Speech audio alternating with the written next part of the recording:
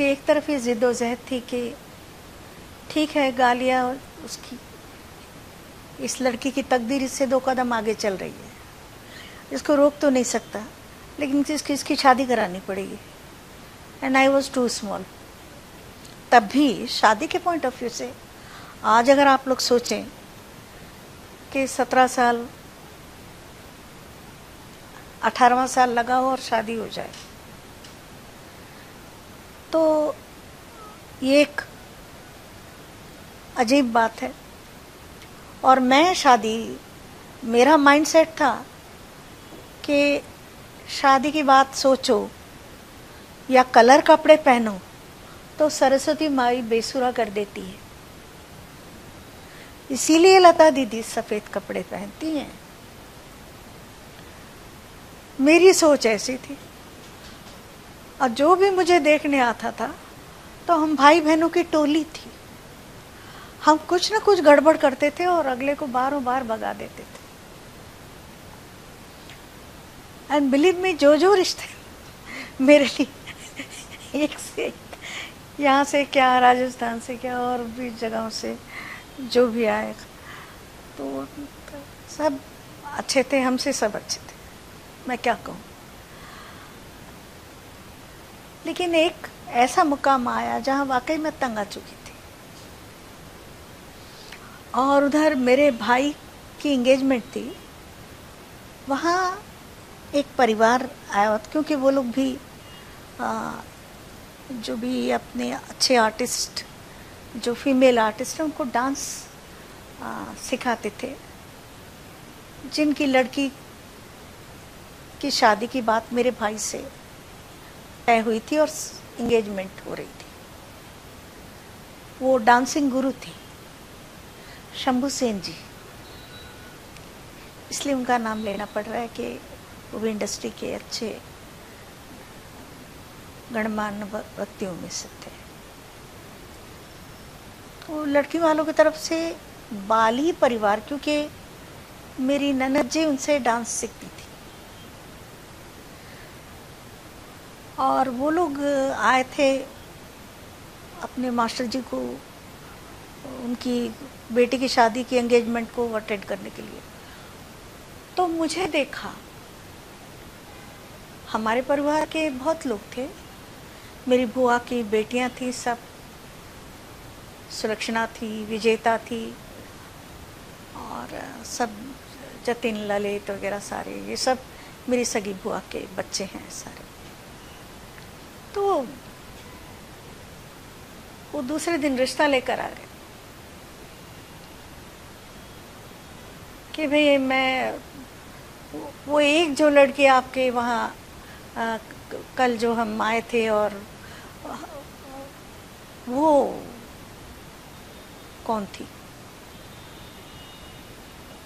तो जितनी सब सुंदर सुंदर लड़कियों के नाम उन्होंने कहे कि भाई वहाँ तो सब, जहाँ स्टार लोगों को ट्रेन करते थे, तो वहाँ तो वही आने। बोले नहीं नहीं, एक बिल्कुल सिंपल सी लड़की थी, लंबे बाल, बहुत सिंपल, और एक वाइट सा कुछ साड़ी पहनी हुई। तो कहा कि वो तो हमारे होने वाले जवाई की बहन है। तो क्या कह रहे हैं आप? तो कह रहे हैं कि आपके होने वाला जवाई जो है वो हेमलता का भाई है। तो उन्होंने कहा हाँ, वही तो हेमलता है। तो उनका नाम था हरदर्शन कौर। गीता आंटी उनसे छोटी थी, उनका रियल नाम था हरकीर्तन कौर। ये पंजाबी ब्राह्मण है, और इनके गीता आंटी के भी 2 बच्चे हैं, और मेरी मम्मा के भी 2 बच्चे हैं, एक योगेश वाली, एक योगिता वाली। तो योगेश के लिए उन्होंने मेरा हाथ मांगा, और कुछ ऐसा माहौल था उस वक्त। देखिए, जोग संजोग सब अपने आप हो जाता है, so I can tell you this was arranged marriage, और ये बाली परिवार है। मैं ऑफिशियली बाली हूँ, मतलब अब धर्मानुसार बाली हूँ। स्क्रीन पे सिंगल नाम इसलिए दिया कि लड़कियों के सरनेम बदलते हैं। ये भी मेरे पिताजी की कृपा से, कि उनको बिल्कुल दूर दूर तक इस बात से सरोकार नहीं था कि मैं सिंगर बनूं या मैं कुछ। लेकिन हाँ, एक वक्त आया कि उन्होंने मुझे सचमुच आशीर्वाद दिया और ट्रेंड किया, और उन्होंने ही जो ये सारा जो एक संगीत और म्यूजिकल नोट्स का जो एक सफ़र है, उसके बारे में जो नॉलेज मैंने उनसे ले पाई, कितना सीख पाई हूँ ये तो नहीं कह सकती, लेकिन हाँ अभी बहुत कुछ बाकी है, क्योंकि बहुत गुणी थे वो। किराना घराना के सोल रिप्रेजेंटेटिव थे, और लास्ट में कलकत्ता में ही वो sole director to select an scholar for doctor of music in Calcutta ITC 81 में। बहुत कम उम्र में वो चले गए, बट ही वॉज हैप्पी कि हेमा अपने घर में है। और एक बड़ी ईमानदारी से आप सब, आपके चैनल से अपने श्रोताओं से कहना चाहती हूँ कि ठीक है, जो विरासत में गाना मिला, संगीत मिला, पिता के नाते, गुरु के नाते, सब मेरे माता पिता के देन और आशीर्वाद है। लेकिन बढ़ावा, हिम्मत मुझे मेरी सास माँ से ही मिली। हरदर्शन कौर ने जो प्यार मुझे दिया, वो उसका कोई जवाब नहीं है। उसके लिए मेरे पास शब्द ही नहीं है, बियॉन्ड एनी वर्ड्स और any saying, you know, it was only feel. मैं ये कहूँगी कि बस जन्म की माँ ने अगर 1% प्यार दिया तो उन्होंने 10%, 10 माँओं का अकेली माँ ने मुझे प्यार और आदर और बढ़ावा दिया, उन्हीं के माध्यम से, क्योंकि वो खुद गाती थी किसी वक्त। और एक उनका बाद में ये, और मेरे लिए बहुत इमोशनल थी, क्योंकि उनके पिता ब्लाइंड थे और मेरे भी डैडी ब्लाइंड थे। तो मेरे लिए उनको, वो मेरी एक जन्म की नहीं, पता नहीं कितने जन्मों की माँ सास के रूप में मुझे मिली। और जो मेरी असली ग्रोथ हुई है वो शादी के बाद ही हुई है, क्योंकि मेरा इतिहास तो सबके सामने खुला है। 14 साल की उम्र से गा रही थी मैं, लेकिन जो लाइमलाइट मुझे मिली वो फ़कीरा के बाद मिली। हालांकि इसके पहले 500 गाने रिकॉर्ड हो चुके थे, छोटे बड़े, बच्ची का गाना है, कहीं एक लाइन है, कहीं किसी चाइल्ड आर्टिस्ट के लिए गाना है, दीदी के साथ हो, आशा दीदी के साथ हो, लता दीदी के साथ हो। तो तब से बुलावे आते आते आते, और 14 साल की उम्र में हीरोइन का गाना भी गाया, फिल्म विश्वास। तो मेरी फर्स्ट हीरोइन जो है वो अपर्णा सेन थी। तो ऐसे सब मिला जुला काम मिलता रहा। लक्ष्मीकांत प्यारेलाल जी के तो काउंटेबल गाने गाए मैंने, बहुत गाए। लेकिन यही है कि लाइमलाइट मुझे फ़कीरा के बाद मिली, और चितचोर के बाद लोगों ने मुझको, माने जो मुख्य धारा होती है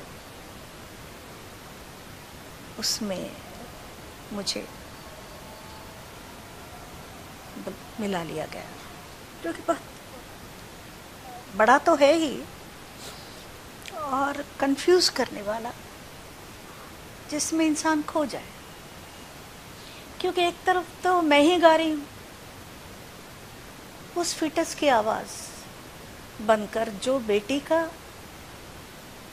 फीटस बीज और माँ के गर्भ में है और कह रहा है कि माँ मुझे आने दे,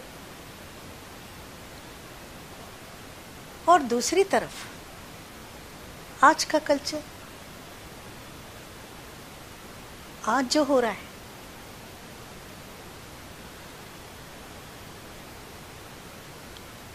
आज के बच्चों का, आप लोगों का ये माइंडसेट है कि उस जमाने में हम बहुत पिछड़े हुए थे। या देखिए, औरत के लिए कभी जमाना बदला नहीं,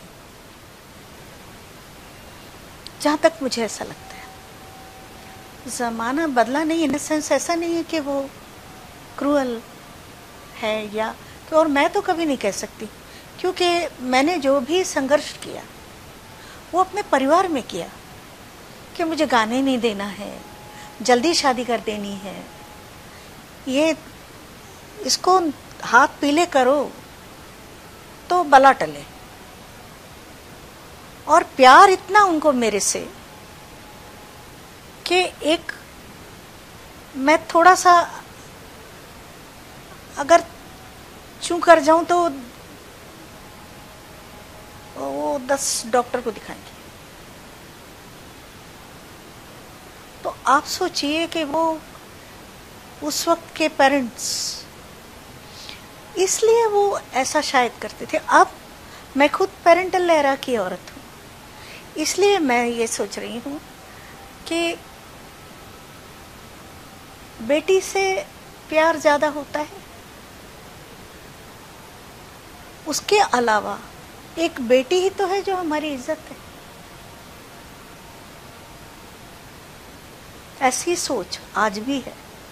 हालांकि बेटा भी इज्जत है, बहुत बड़ी इज्जत है, शान है, लेकिन बेटी के लिए कुछ और, क्योंकि उसे दूसरे के घर जाना है और वो हमारे कल्चर का आईना बनेगी, दर्पण बन के जाएगी कि उसने माता पिता से, समाज से क्या लेकर आ रही है। इसलिए वो लोग कॉन्शियस रहते थे। इसका मतलब ये नहीं था कि वो क्रूअल थे। और सास माँ इसलिए अच्छी होती थी कि उनको माइंडसेट होता था कि ये तो हमारी है, ऐ तो हुण साडी है, बसंत कौर है। मुझे बसंत कौर कहती थी मेरी सासू माँ, प्यार से, मस्ती में। तो और अगर उन्होंने छूट नहीं दी होती और मुझ पर विश्वास ना किया होता तो मैं कहाँ आ पाती आप लोगों के सामने। तो हम लोगों में, बेटियों में ये एहसास था कि हमारी जिम्मेदारियां हैं। एक कंधे पे माता पिता, परिवार का, इज्जत का बोझ है, दूसरे कंधे पे ससुराल का भी बोझ आ गया। और वो अगर नाम वाले हैं, शोहरत वाले हैं, और अगर वो उनका कद जो है वो कहीं ऊंचा है, तो अपने आप को कम से कम इतना तो बना लें कि उनके साथ बैठ नहीं सकूं तो खड़ी तो रह सकूं।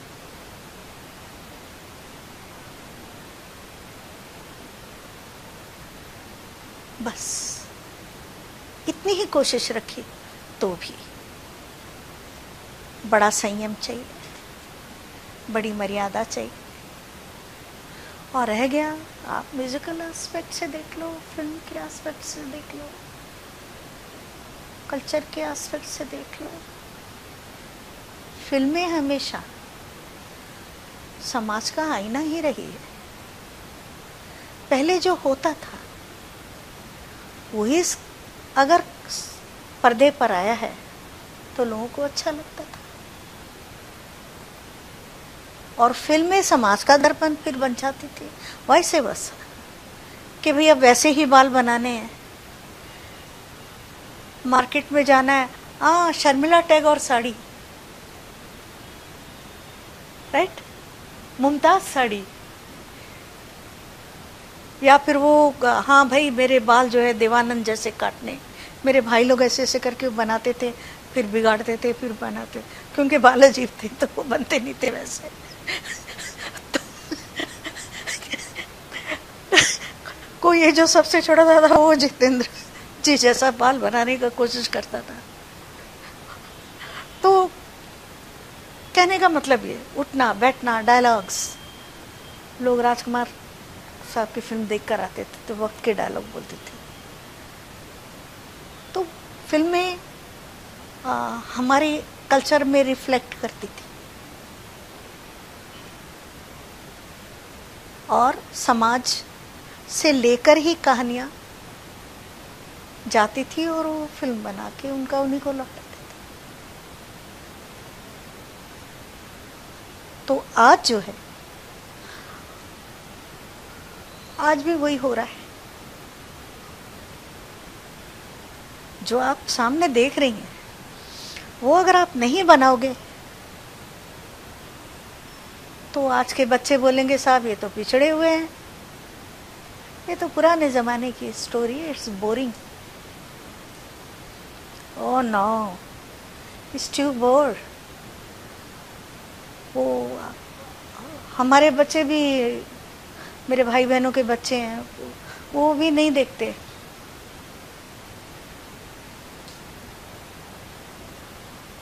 लेकिन क्या किया जा सकता है। मैं आई थी कसब लाइन में, हमारे छोटे से घर में कितनी बड़ी बड़ी हस्तियां आई, आज सोचती हूँ तो हैरान रह जाती हूँ, क्योंकि उनमें इतनी विद्या थी, इतना गुण था कि ईगो के लिए कोई जगह नहीं थी। नौशाद साहब जिनके एग्रीमेंट में मैं थी, 5 साल के लिए मुझे एग्रीमेंट किया था उन्होंने, एंड माय प्रोड्यूसर वाज के Asif, was maker of Mughal e Azam.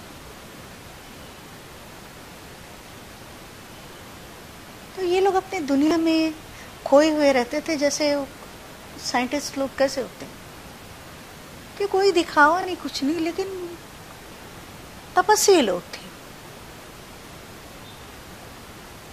They were so focused to their subject कि they were not interested कि दाएं बाएं कुछ गड़बड़ी है क्या है, उनको अपने काम से मतलब कि ये सिचुएशन है, हमको ये बना। उस एरा को मैंने जो देखा, और मैं तो अंडर ट्रेनिंग ऑफ नौशाद साहब, ये माइक ये वगैरह, और रोशन साहब जैसी हस्ती जो चल के हमारे छोटी सी कुटिया में आती है और कहती है कि मेरी माँ से कहते हैं हेमलता जी नमस्ते, मेरा नाम रोशन है और ये मेरे मित्र हैं सी रामचंद्र जी। माँ ने कहा नमस्ते, मैं हेमलता की माँ हूँ। अच्छा अच्छा अच्छा अच्छा, बैठे बैठे। सलील चौधरी साहब, SD बर्मन, लक्ष्मीकांत प्यारेलाल जी, RD बर्मन, मदन मोहन साहब, तो ऐसी ऐसी हस्तियों का दौर। तो तब बर्मन साहब और लक्ष्मीकांत पर इनका ये आ गए थे, और एक तरफ एक कसब लाइन थी। तो एक पीढ़ी और दूसरी पीढ़ी के बीच मेरा आना जो हुआ, तो मुझे दोनों तरफ से मिला। फिर उसके बाद जो लोग आए, तो मतलब उषा खन्ना जी, दादा रविंद्र जैन, और उस दौर के और भी सभी, चित्रगुप्त साहब, तो इतने गुणी लोग कि शब्द ही नहीं है बस। उनमें इतनी ताकत थी कि वो दौर बदल सकते थे।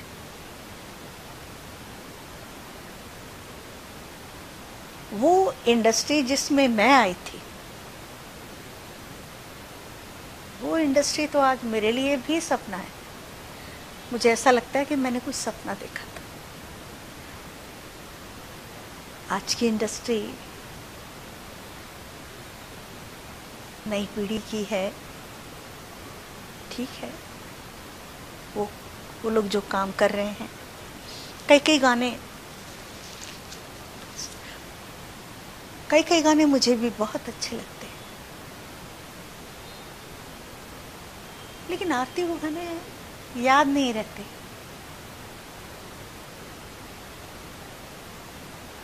और जब तक उन्हें दोबारा सुनने की इच्छा हो, तब तक वो गाने पुराने हो जाते हैं, कहीं खो जाते हैं, चले जाते हैं। सस्टेनिंग हिट आज की जनरेशन को अगर नहीं मिल रहा है,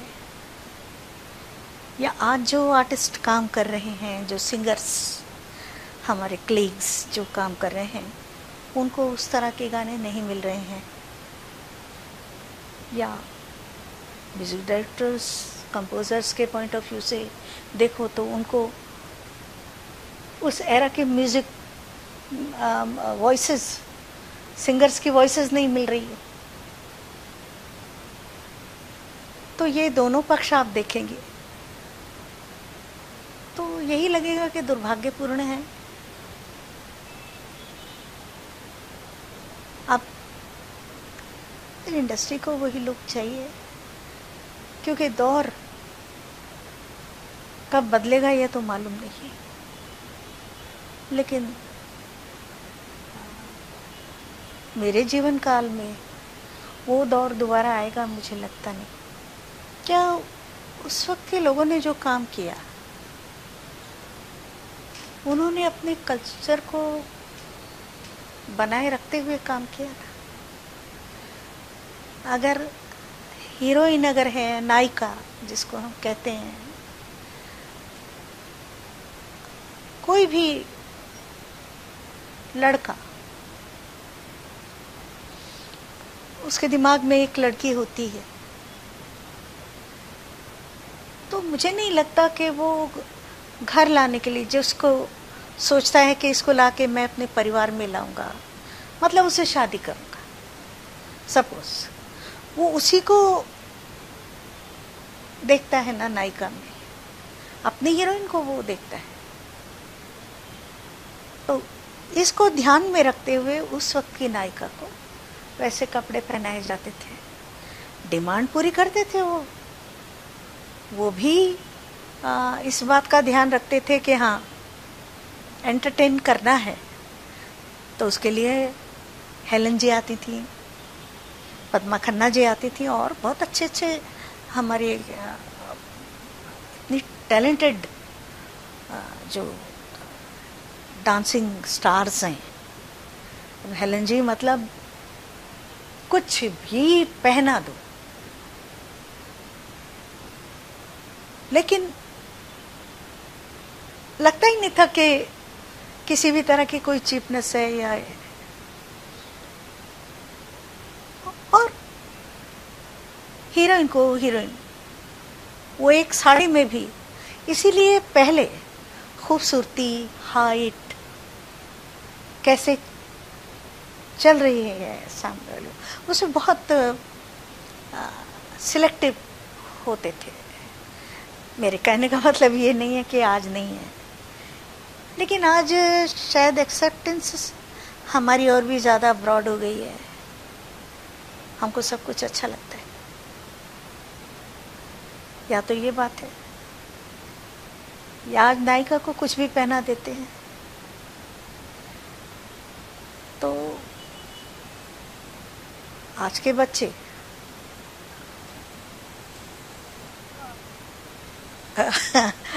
ये I am too old to imagine कि एक लड़का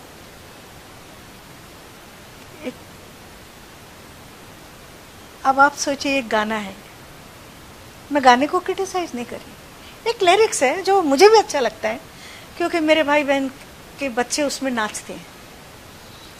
चिकनी चमेली निकली अकेली, पौआ चढ़ा के आई, और पता नहीं कुछ हुस्न की तीली से बीड़ी चिलम, क्या है वो, बीड़ी समथिंग कुछ है। तो ये गाना देख के कोई लड़की से शादी कर सकता है कि भाई एक लड़की अगर ऐसा कह रही है कि मैं चिकनी चमेली हूँ, अकेली निकली हूँ घर से, पौआ भी चढ़ा के आई है, तो उससे शादी कर लेगा क्या?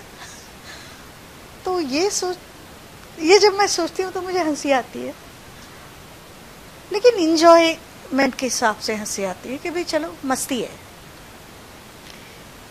लेकिन मस्ती मस्ती तक रहे तो अच्छा है। क्योंकि जिस वक्त अब थोड़ा सीरियसली मैं आपको आपके चैनल से अपनी भावना बोलना चाहती हूँ कि ये इंडस्ट्री बहुत सारी कुर्बानियों के साथ बनी है। लोगों ने घर फूंक कर इंडस्ट्री को खड़ा किया है, जिनके नाम भी लेते हुए कपकपी आती है। महबूब खान, बिमल रॉय, गुरुदत्त और राज कपूर साहब, ऐसे लोगों ने इस इंडस्ट्री को खड़ा किया।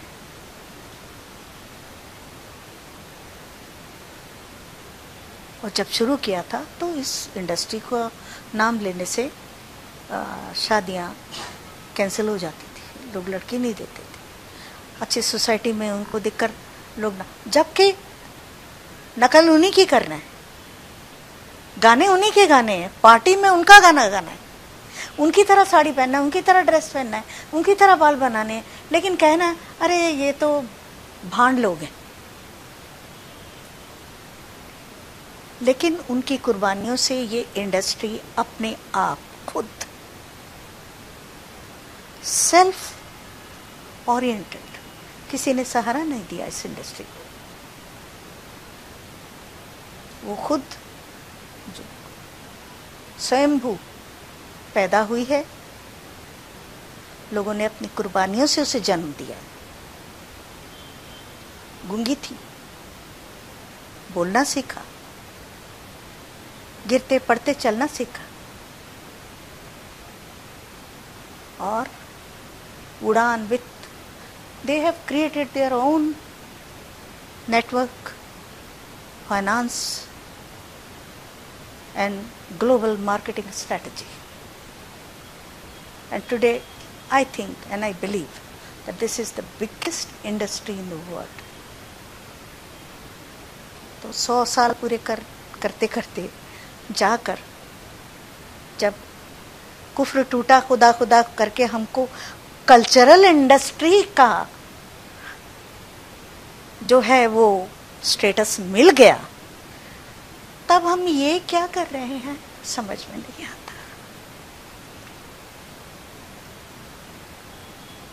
ये मेरी सोच से बाहर है, ये मेरी समझ से भी बाहर है। जो कर रहे हैं अच्छा कर रहे हैं।